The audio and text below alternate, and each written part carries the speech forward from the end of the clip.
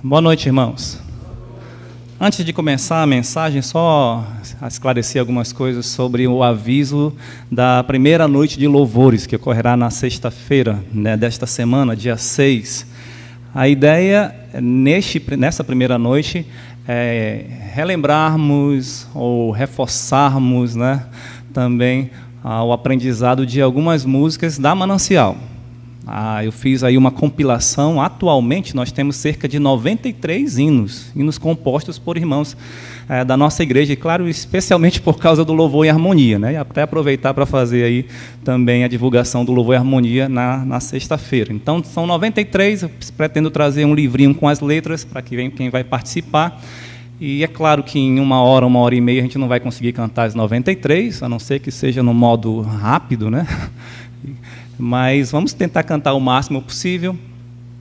Tem dessas 93 músicas, alguns ainda nem foram ensinados na igreja.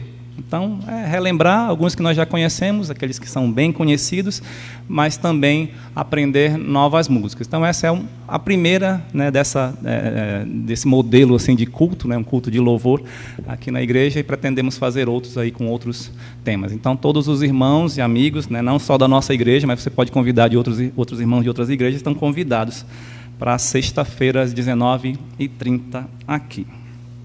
Agora sim, convido os irmãos a abrirem suas Bíblias no primeiro livro de Samuel, capítulo 16.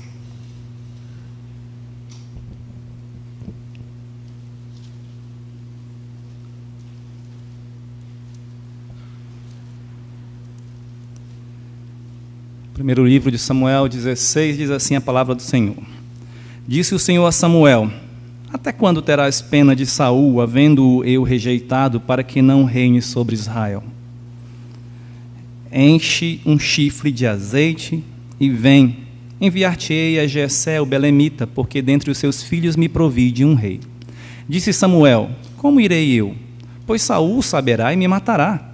Então disse o Senhor: toma contigo um novilho e dize: vim para sacrificar ao Senhor. Convidarás Jessé para o sacrifício, eu te mostrarei o que hás de fazer, e ungir-me-ás a quem eu te designar. Fez, pois, Samuel o que dissera ao Senhor e veio a Belém. Saíram de ao encontro os anciãos da cidade, tremendo, e perguntaram: é de paz a tua vinda? Respondeu ele: é de paz, vim sacrificar ao Senhor. Santificai-vos e vinde comigo ao sacrifício.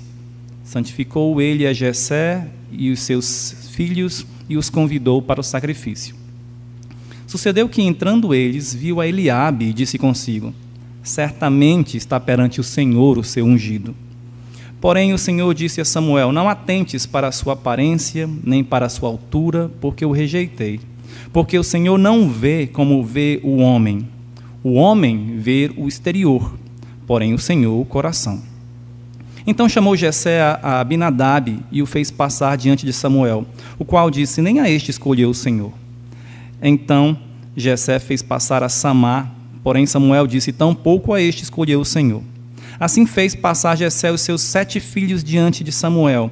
Porém Samuel disse a Jessé: o Senhor não escolheu estes. Perguntou Samuel a Jessé: acabaram-se os teus filhos? Ele respondeu: ainda falta o mais moço, que está apacentando as ovelhas. Disse, pois, Samuel a Jessé: manda chamá-lo, pois não nos assentaremos à mesa sem que ele venha. Então mandou chamá-lo e fê-lo entrar. Era ele ruivo, de belos olhos e boa aparência. Disse o Senhor: levanta-te e unge-o, pois este é ele. Tomou Samuel o chifre do azeite e o ungiu no meio de seus irmãos. E daquele dia em diante o Espírito do Senhor se apossou de Davi.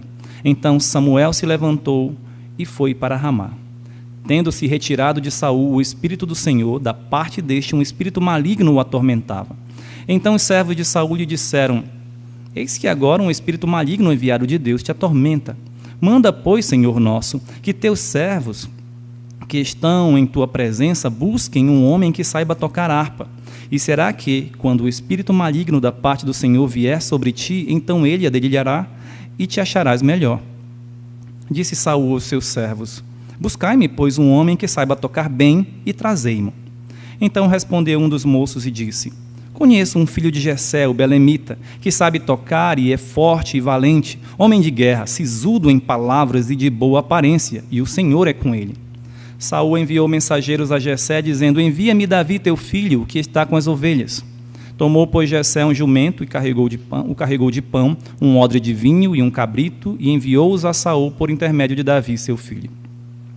Assim Davi foi a Saul e esteve perante ele. Este o amou muito e o fez seu escudeiro. Saul mandou dizer a Jessé: deixa estar Davi perante mim, pois me caiu em graça. E sucedeu que, quando o espírito maligno da parte de Deus vinha sobre Saul, Davi tomava a harpa e a dedilhava. Então Saul sentia alívio e se achava melhor, e o espírito maligno se retirava dele. Vamos orar? Nosso bendito Deus e Pai, obrigado pela Tua palavra, obrigado porque temos a salvação em Cristo Jesus e o privilégio de Te servir, o privilégio de estudar a Tua palavra. Que este momento seja um tempo especial de edificação e que o Senhor seja glorificado em tudo. É o que pedimos em nome de Jesus. Amém. No penúltimo domingo do mês de agosto, nós começamos a mensagem baseado nesse texto, né, no capítulo 16 do primeiro livro de Samuel. E hoje nós vamos dar aqui a continuidade, a ideia principal, a verdade que nós queremos enfatizar e queremos enfatizar é que Deus se agrada dos seus servos que o amam de coração, pois Ele não vê como vê o homem. Através do capítulo 16 de 1 Samuel, sabemos que Deus escolheu Davi para reinar no lugar de Saul, reinar sobre o povo de Israel. Para esse estudo eu destaquei 3 lições para o capítulo, e nós começamos então naquele domingo anterior a ver a primeira lição, que é Deus vê o coração de seus servos, e vimos 2 subtópicos. Então, se você é como eu e gosta de anotar, né, o primeiro ponto principal é Deus vê o coração dos seus servos. E nós estudamos que, em primeiro lugar, nosso coração deve estar em harmonia com o coração de Deus. Nosso coração deve estar em harmonia. Lembra, Deus pergunta a Samuel: até quando terás pena de Saul, havendo-o eu rejeitado? Percebe que Deus desejava uma sintonia de Samuel com ele. Muitas vezes, mesmo sendo crentes, o nosso coração fica fora dessa sintonia com o coração de Deus. Quando amamos aquilo que Deus não ama, né? Ou aquilo que Deus odeia, e quando aborrecemos aquilo que Deus ama. Obrigado.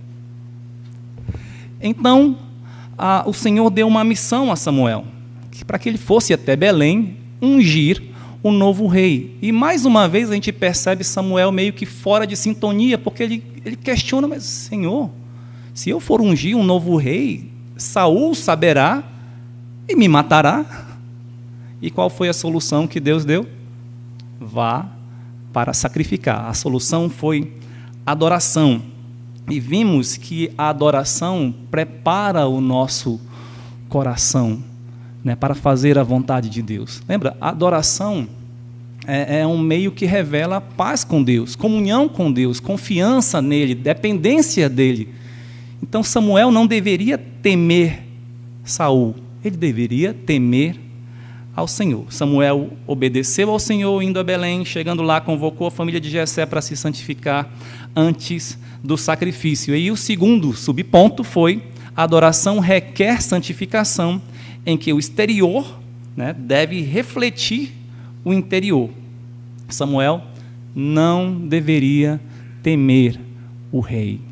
Não deveria temer o rei Saul. Ele deveria lembrar que Deus, o Deus de Israel, livrou o seu povo das mãos dos filisteus. Ele mesmo havia erigido uma pedra e disse: Ebenezer, até aqui nos ajudou o Senhor.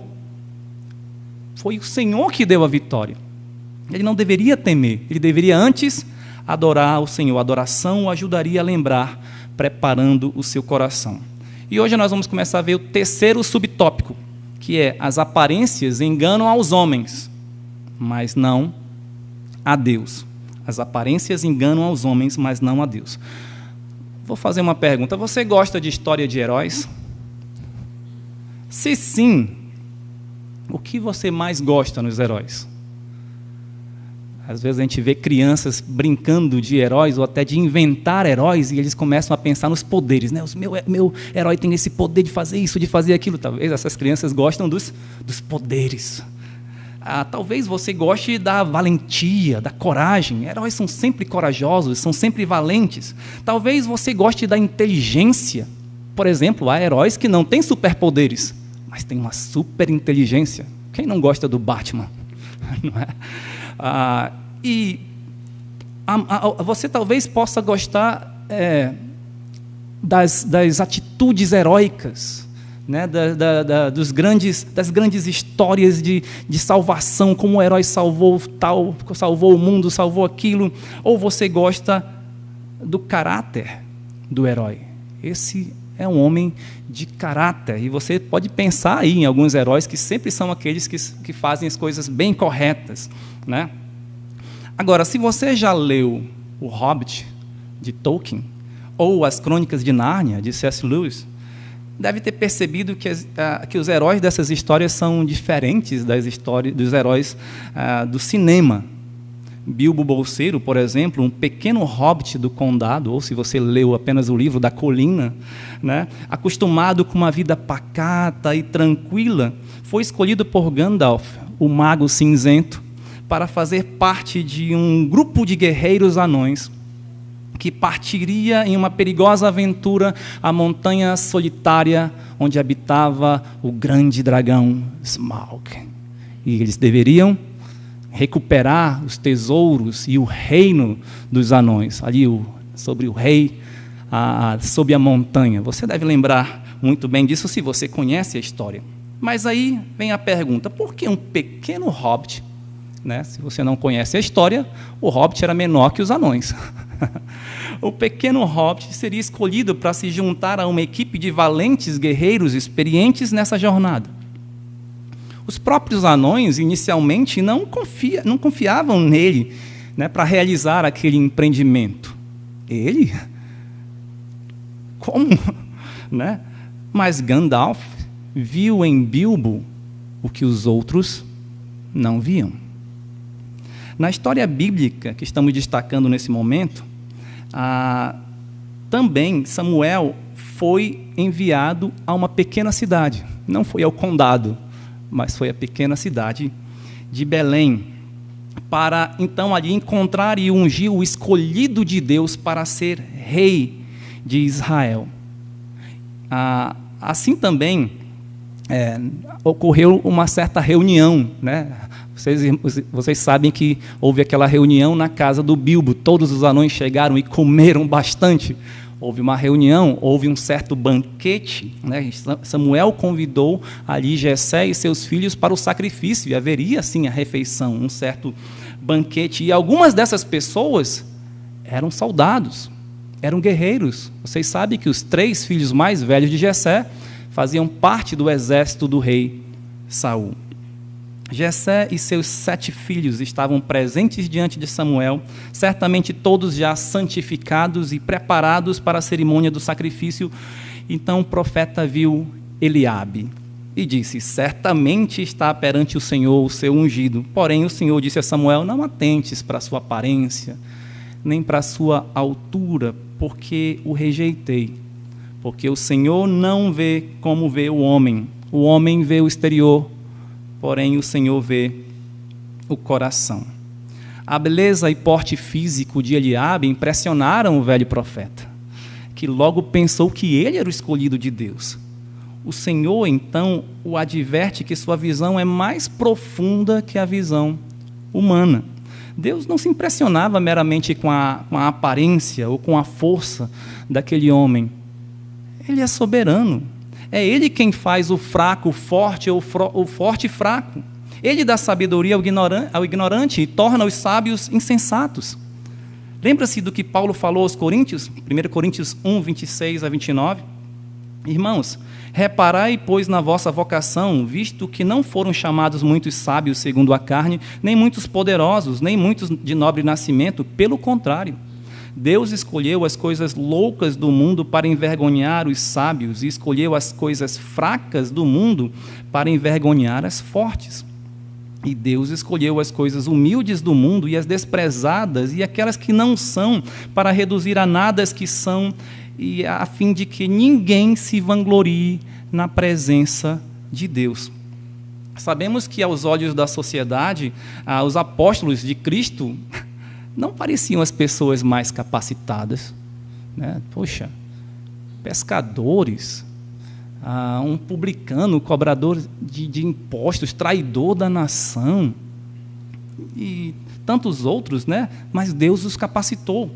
Os próprios líderes religiosos dos judeus, que sabiam que os apóstolos eram incultos e letrados, reconheceram que eles haviam estado com Jesus, pois perceberam por suas palavras e por sua intrepidez que o Mestre, que Jesus, os havia instruído e influenciado, conforme Atos 4:13. Paulo também falou aos coríntios sobre sua aparência, que para eles era fraca, conforme a segunda carta de Paulo aos Coríntios, capítulo 10, e versículo 10, olha o que diz.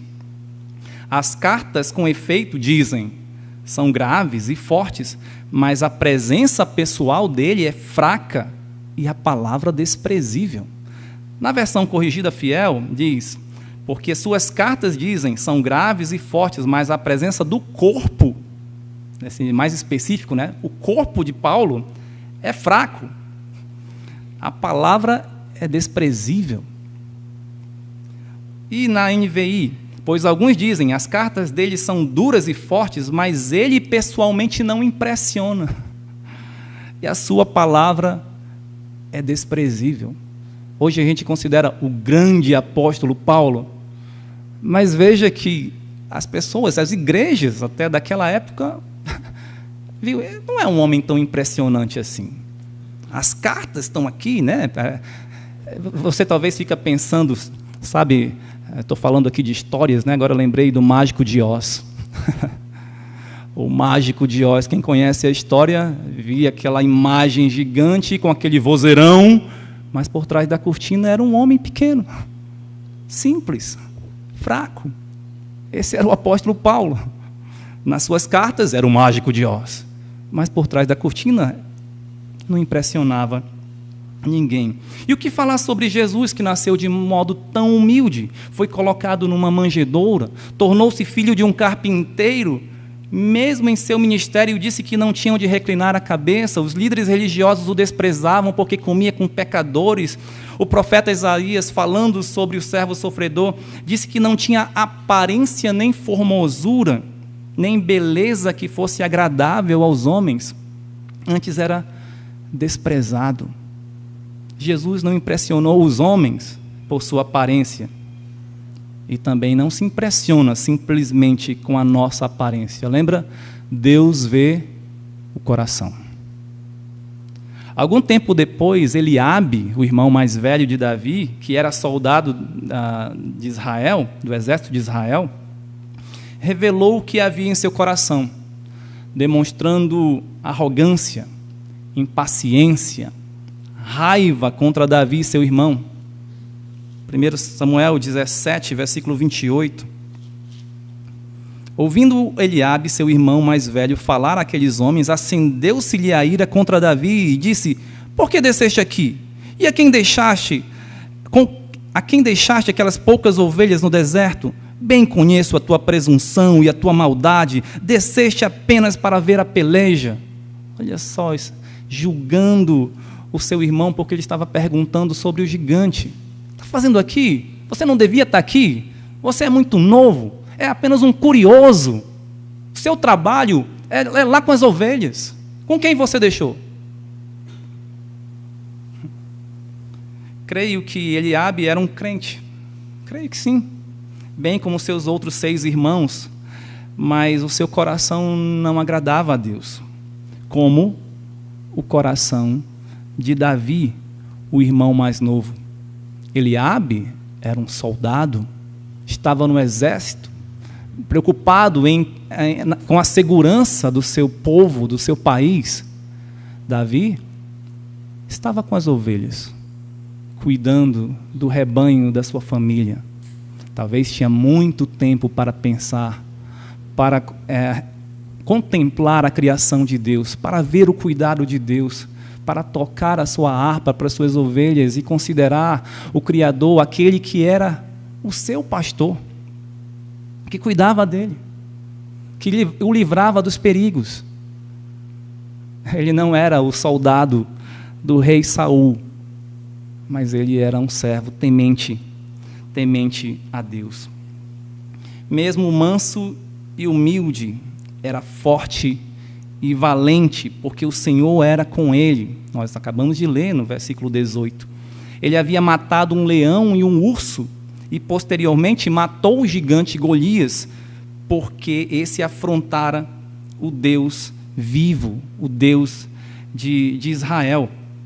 Quem diria que aquele rapaz de aproximadamente 17 anos faria tudo isso? Mataria um leão, mataria um urso, mataria um gigante que era guerreiro desde a sua mocidade e ele, um inexperiente em batalhas? Quem diria que Davi faria tudo isso apenas olhando para a sua aparência? Ninguém, nem o seu irmão, que o conhecia bem, mas pelo visto não tão bem assim. Porém, Deus vê o coração. Jesus também é manso e humilde de coração. Ele pode transformar o nosso coração para ser como o coração dele, para que o sirvamos e façamos aquilo que talvez a sociedade não espera de nós. Não pelos nossos próprios méritos, mas pelos méritos de Cristo, no poder do seu Santo Espírito. Então não pense, pelo fato de você se achar fraco, que não pode ser útil nas mãos do Senhor. Deus pode fazer quem se acha um pequeno hobbit, pelo poder da sua graça, um herói. Mas também não pense que só por você ser inteligente, forte, bonito, rico, que isso vai impressionar Deus. Lembra do jovem rico? Pela sua atitude após a conversa com Jesus, vimos que ele amava mais as riquezas do que a Deus. Ele não impressionou o Senhor Jesus Cristo. O evangelista ainda diz que Jesus o amou, mas o jovem rico amava mais as riquezas do que a Deus. Não adianta sermos benquistos pela sociedade se o nosso coração não agrada o Senhor. Não adianta termos aparência de crente na igreja se o nosso coração estiver longe de Deus. Lembre-se de que as aparências enganam aos homens, mas não a Deus. O Senhor vê o nosso coração. Ele não tem uma visão de raio-x como Superman. Ele vê muito mais profundo e muito mais do que só os nossos ossos ou os órgãos internos. Ele vê quem realmente nós somos, o que pensamos, em que cremos, quais são as nossas fraquezas. Ele nos conhece melhor do que ninguém. Ele é o nosso Criador. Será que Deus vê em seu coração que você o ama? Espero que sim. Vamos então para a nossa segunda lição principal. Primeiro vimos Deus vê o coração dos seus servos. E agora, Deus capacita os seus servos pelo seu Espírito. A partir do versículo 13. Tomou Samuel o chifre do azeite e ungiu no meio dos seus irmãos, e daquele dia em diante o Espírito do Senhor se apossou de Davi. Então Samuel se levantou e foi para Ramá. No período do Antigo Testamento, o Espírito Santo não habitava nos crentes como habita hoje. Hoje habita em cada crente, cada salvo em Cristo Jesus. Porém, no período do Antigo Testamento, o Espírito Santo se apossava de alguns crentes para que estes pudessem fazer ter certa capacidade ou poder para executar uma missão dada por Deus, uma tarefa especial. Lembre-se de que o próprio Saul foi capacitado pelo Espírito Santo também depois de ter sido ungido por Samuel para ser rei. Vejamos aí 1 Samuel 10, versículo 6. 1 Samuel 10 e 6.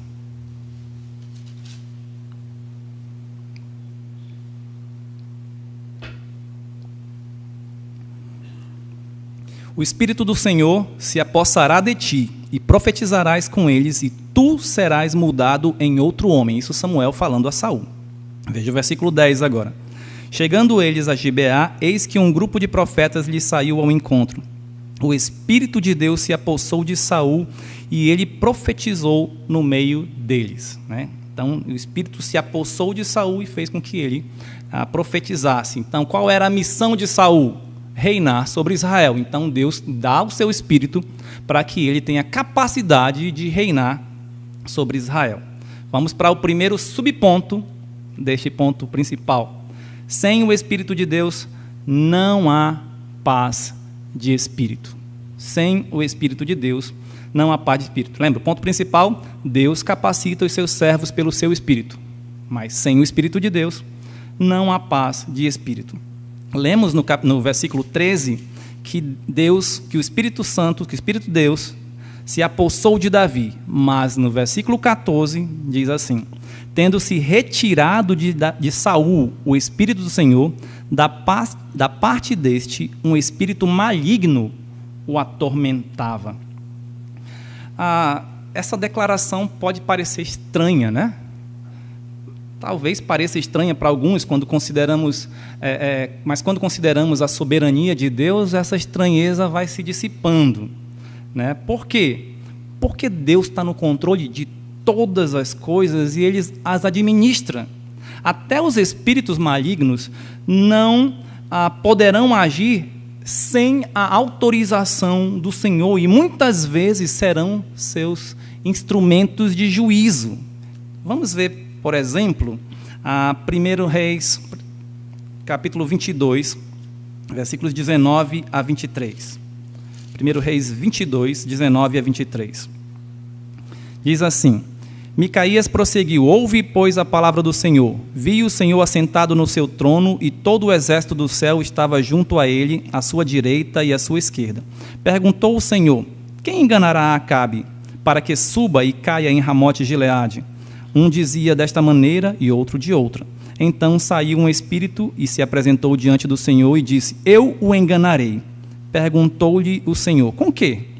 Respondeu ele: sairei e serei espírito mentiroso na boca de todos os seus profetas. Disse o Senhor: tu o enganarás e ainda prevalecerás. Sai e faze-o assim. Eis que o Senhor pôs o espírito mentiroso na boca de todos estes teus profetas, e o Senhor falou o que é mal contra ti. Bom, quem está estudando aqui na Escola Bíblica Dominical o livro de Jó, vai perceber que isso não é tão estranho, Parece que havia, de vez em quando, uma reunião formal, Deus, uma reunião nas regiões celestes, Deus e seus anjos, e aparecia ali, inclusive, Satanás. E aqui apareceu um espírito, e a gente vai perceber que, por ser um espírito mentiroso, logo não era dos anjos do Senhor, mas era um anjo caído, era uma espécie de demônio, era um espírito maligno. E ele disse: eu vou enganá-los. E Deus disse: então vai. Não é Deus que está enganando, mas é um espírito maligno que está fazendo o serviço, e Deus está usando aquilo. Por quê? Porque Acabe era um rei perverso, que não temia ao Senhor, e Deus queria puni-lo. Com o quê? Com a morte. Ele seria morto aqui. Ele iria para esse local, para a batalha, e seria morto lá. E ele obedeceria à voz desses falsos profetas que diriam para ele: vá, que o Senhor é contigo, pode ir que você vai vencer essa batalha. Então Deus pode usar até espíritos malignos para realizar os seus juízos. Assim como ele também pode usar espíritos malignos, ou o próprio Satanás, para disciplinar o seu povo. Se nós lermos 2 Samuel, capítulo 24, e compararmos com o primeiro livro de Crônicas, capítulo 21 e versículo 1, você parece que verá aí uma certa contradição, mas não é. Vejamos. 2 Samuel 24 e 1 e 1 Crônicas 21 e 1. 2 Samuel 24 e 1 diz assim: tornou a ira do Senhor a acender-se contra os israelitas, e ele incitou a Davi contra eles, dizendo: vai, levanta o censo de Israel e de Judá. Quem incitou Davi? O Senhor. 1 Crônicas 21 e 1. Então Satanás se levantou contra Israel e incitou a Davi a levantar o censo de Israel. Há uma contradição aqui? Se nós já conhecemos bem a história de Jó, e conhecemos bem aqui o que nós acabamos de ler de 1 Reis, vamos ver também que Deus, fica claro em 2 Samuel 24, estava irado contra o seu povo, o povo de Israel. Por quê? Porque havia idolatrado, havia deixado de temê-lo, desobedecido, e Deus iria discipliná-lo, né? E aí usa Satanás para incitar Davi a realizar o censo, demonstrando ali todo o orgulho de Davi. Então, por isso que o autor do livro de Crônicas, do primeiro livro de Crônicas, fala que foi Satanás. Porém, Deus autorizou. Satanás foi um instrumento, foi usado. Parece esquisito, né? Só que Deus é soberano. Não existe essa ideia de Satanás tem o mesmo poder que Deus e eles estarem ali lutando para ver quem vence. Não. Já está decretada a derrota de Satanás. Ele sabe disso. Ele sabe disso. Por isso que dizem que os demônios creem e tremem diante de Deus. E nós podemos ver também, como no caso de Jó, que Deus também usa Satanás, até Satanás e seus demônios, para provar os seus servos. Jó foi provado. Então, não vou ler, porque os irmãos já conhecem bem essa história, e aqueles que estão na IBD também têm acompanhado. De alguma forma, os servos de Saul reconheceram que ele estava sendo atormentado por um espírito maligno da parte do Senhor. Acredita-se que Saul passou a sentir o castigo de Deus através de graves ataques de depressão, de raiva, talvez delírios, e deixaram seu espírito muito perturbado. Então ele sentia uma opressão de um espírito maligno. Ele não era possesso, eu não entendo dessa forma, que ele estava sendo possesso por um espírito maligno, mas ele era oprimido por um espírito maligno. Por isso, seus servos lhe sugeriram que buscasse alguém que soubesse tocar harpa, né, um instrumento musical de cordas, de som suave, solene, para que, quando tocasse diante do rei, este se sentisse melhor. A música seria usada como um remédio, como uma terapia para tranquilizar o espírito perturbado de Saul. Perceba, então, que sem o Espírito Santo de Deus, o rei Saul não tinha paz. Não tinha paz de espírito, não tinha paz, ele vivia em crises. Por isso, ele buscou um meio de aliviar o seu tormento.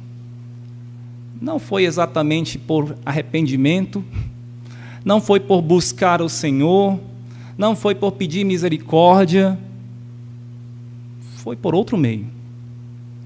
No Novo Testamento, Paulo exortou a igreja de Éfeso a ser cheia do Espírito Santo. Efésios 5:18, e não vos embriagueis com vinho, no qual há dissolução, mas enchei-vos do Espírito. Nesse contexto, ser cheio significa ser dirigido, ser controlado. Agora imagine alguém que não é guiado pelo Espírito de Deus. Lembra que ele fala? Não vos embriagueis com vinho, no qual há dissolução, a contenda. Quando alguém se enche de vinho ou de bebidas alcoólicas, fica dominado pelo álcool e não consegue se dominar. Você já viu um bêbado, né? Ele não se controla. Mas, sendo cheio do Espírito, será guiado por Deus. Porém, não sendo cheio do Espírito, será guiado pelo quê? Talvez pelas bebidas alcoólicas. Não dizem alguns que gostam de beber? Estou bebendo aqui para esquecer os problemas. É isso. A bebida é uma forma de esquecer, de se distrair, de simplesmente se divertir, não de buscar a Deus. Por quem que vai ser conduzido quem não é dirigido pelo Espírito de Deus? Na carta de Paulo aos Gálatas, descobrimos que a carne milita contra o Espírito e o Espírito contra a carne, porque são opostos entre si. Mas se não há o Espírito, logo a carne, isto é, a natureza pecaminosa, controla o ser humano caído. Não tem o Espírito ali para dar paz. Assim as obras da carne serão manifestas. Quais são as obras da carne, conforme Paulo diz aos Gálatas? Prostituição, impureza, lascívia, idolatria, feitiçarias, inimizades, porfias, ciúmes, iras, discórdias, dissensões, facções, invejas, bebedices, glutonarias e coisas semelhantes a estas. Será que você consegue enxergar Saul fazendo algumas coisas disso aqui? A gente, pelo relato bíblico, nós não sabemos que ele fez tudo. Mas algumas coisas como inimizades, porfias, ciúmes, iras, discórdias, dissensões, facções, invejas, feitiçarias. Ele buscou a pitonisa de Endor. Obras da carne. Ele não evidenciou o fruto do Espírito. Qual o fruto do Espírito? Amor, alegria, paz, longanimidade, benignidade, bondade, fidelidade, mansidão, domínio próprio. Saul não tinha paz. Saul não tinha alegria. Saul não tinha benignidade, mansidão, domínio próprio. Poderíamos ver outros textos interessantes, como João 14, 26 e 27, quando Jesus disse: a minha paz vos dou, não vou-la dou como a dou o mundo. Mas antes de falar isso, ele disse que iria enviar o Consolador. Veja como a paz está ligada com o Espírito Santo. Romanos 8 e 6 diz que o pendor da carne dá para a morte, mas o do Espírito dá para vida e paz. Saul não tinha paz. Não tinha. Porque o Espírito de Deus tinha se retirado dele. Você tem o Espírito de Deus? Se você não o tem, você, em primeiro lugar, não tem paz com Deus. E não pode desfrutar da paz de Deus. E nem da paz consigo mesmo. Nunca vai desfrutar de paz plena. O mundo pode clamar por paz, mas viverá sempre em guerras, sem Deus. Segundo subtópico, o servo dirigido pelo Espírito de Deus evidencia que o Senhor é com ele. O rei, então, vamos voltar aqui para 1 Samuel 16, mandou buscar alguém que soubesse tocar bem a harpa, né? Logo, um de seus servos lhe disse: conheço um filho de Jessé. Veja lá, versículo 18, respondeu um dos seus moços e disse: conheço um filho de Jessé, o belemita, que sabe tocar, e é forte e valente, homem de guerra, sisudo em palavras e de boa aparência, e o Senhor é com ele. As qualificações de Davi lhe faziam apto para estar diante do rei. Lembra que o sábio Salomão fala lá em Provérbios 22 e 29? Viste um homem perito em sua obra, será posto diante do rei. Davi tinha cerca de 17 anos de idade e já possuía qualidades que talvez, para os nossos dias, sejam consideradas precoces ou até surpreendentes para algumas pessoas. 17 anos e já fazia tudo isso. Nos dias de hoje, de 17 anos, está fazendo o quê? Talvez dancinha no TikTok ou coisas piores. Talvez um menino de 17 anos hoje não sabe passar a sua camisa. Dependa sempre dos outros. Davi era um pastor de ovelhas. Você já viu como dá trabalho ser pastor de ovelhas? Era um perito em harpa. Você acha que tocar harpa é uma coisa fácil? Era um perito em atirar pedras com uma funda. Até com estilingue é difícil.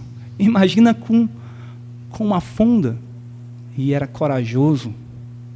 E era sisudo em palavras. Sei que sisudo dá a ideia de que você, né? Pessoa sisuda. Mas é prudente. A tradução é essa. Ele era prudente em palavras. Ele tinha uma boa aparência. Ele sabia falar bem. Ele tocava. Certamente ele sabia fazer comida.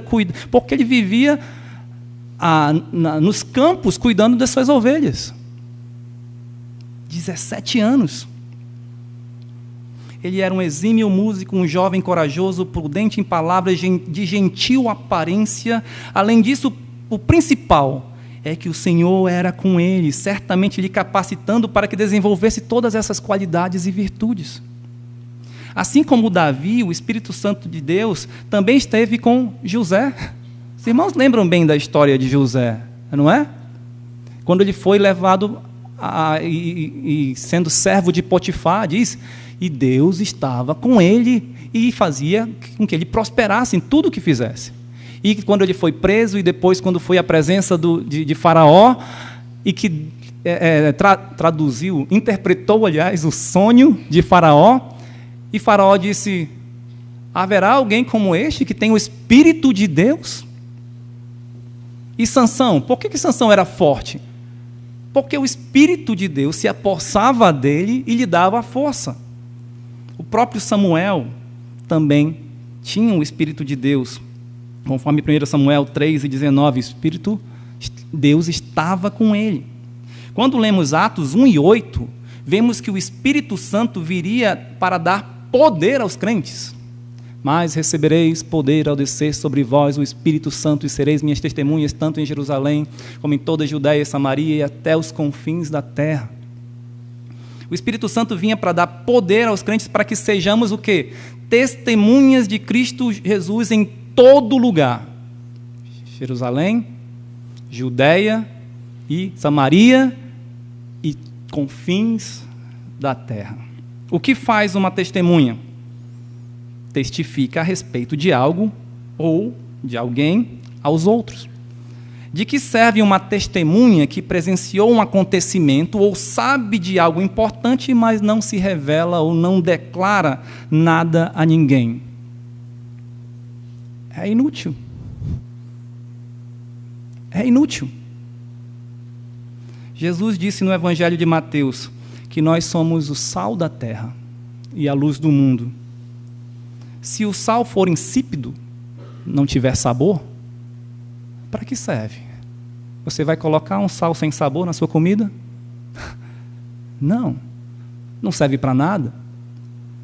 Se a luz estiver escondida, para que serve? Qual o efeito? Nenhum. O que diz Jesus em Mateus 5:16? Assim brilhe a vossa luz diante dos homens, para que vejam as vossas boas obras e glorifiquem a vosso Pai que está nos céus. Será que aqueles que convivem com você veem a luz de Cristo em você? Ou você está escondendo a sua luz? Se você é testemunha de Cristo, você fala de Cristo? Ou você guarda só para você? Será que os seus familiares, amigos, colegas, desde da escola, da universidade, do trabalho, sabem ou podem dizer, Deus é contigo? Eu vejo Deus em você.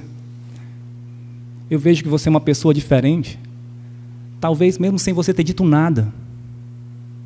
É claro que é sempre bom você chegar no ambiente da escola, né, acadêmico ou do trabalho, e logo se identificar como um crente. Mas, às vezes, parece ser até mais interessante quando alguém simplesmente vê você e percebe, e observa, e vê o seu comportamento e diz, você é diferente. Você é diferente. Eu sei que o texto aqui de Mateus está falando para brilhe vossa luz para que os homens vejam e glorifiquem o vosso Pai que está nos céus. É claro que esses homens que vão glorificar o Pai que está nos céus, ao ver nossas boas obras, é porque eles amam essas boas obras, ou seja, eles amam as coisas de Deus, ou eles vão crer em Deus e então vão glorificar a Deus através do nosso testemunho. Mas muitas vezes eles não vão amar você por causa do seu testemunho. Eles vão achar você esquisito. Que estranho. Ele não gosta das coisas. É o chato. Não que você seja chato de verdade. Mas é chato por quê? Ele não fala palavrão. Ele não ri das nossas piadas indecentes. Ele não gosta de andar conosco nas nossas bebedeiras. Ele não gosta quando nós falamos sobre mulheres, sobre coisas desse tipo. Não, é chato. É esquisito. Ou, no caso das mulheres também, ela é estranha, ela não quer estar com a gente, ela se veste de um jeito assim diferente, só quer saber de ir para a igreja, de falar de... É chato. Mas, irmãos, se nós não falarmos de Cristo, se nós não agirmos de forma diferente, como Cristo quer que nós hajamos, quem vai fazer isso? Essa é a nossa responsabilidade. Nós fomos salvos para sermos testemunhas. As pessoas precisam, assim como esses servos de Saul, precisam olhar para nós e dizer: o Senhor é com ele. Talvez não com essas palavras, mas alguma coisa diferente naquele rapaz, naquela moça, naquele homem, naquele senhor, naquela senhora, naquela criança. Deus vê o nosso coração, mas as pessoas veem o nosso exterior. E como eu falei no domingo anterior, o nosso interior vai ser refletido no exterior. Se não for, tem alguma coisa errada. Que o Senhor possa nos ajudar para que tenhamos um coração que o agrade, para que possamos, capacitados pelo seu Santo Espírito, viver e desfrutar da paz de Deus e servi-lo e demonstrar aos outros o nosso Deus, falar do nosso Deus. Vamos orar. Senhor, nosso bendito Deus e Pai, obrigado pela oportunidade que o Senhor nos concedeu de estudarmos a Tua Palavra, que o Senhor continue nos abençoando, nos dando forças, coragem, mesmo nós tão pequenos, frágeis e limitados, talvez como um hobbit, mas que o Senhor nos dê coragem para testemunharmos do Senhor, para fazermos a Tua vontade. É o que eu peço, em nome de Jesus. Amém. Neste momento ouviremos um pós-lúdio instrumental, você pode aproveitar e meditar um pouco mais, orar silenciosamente, e após o nosso culto estará encerrado. Deus abençoe.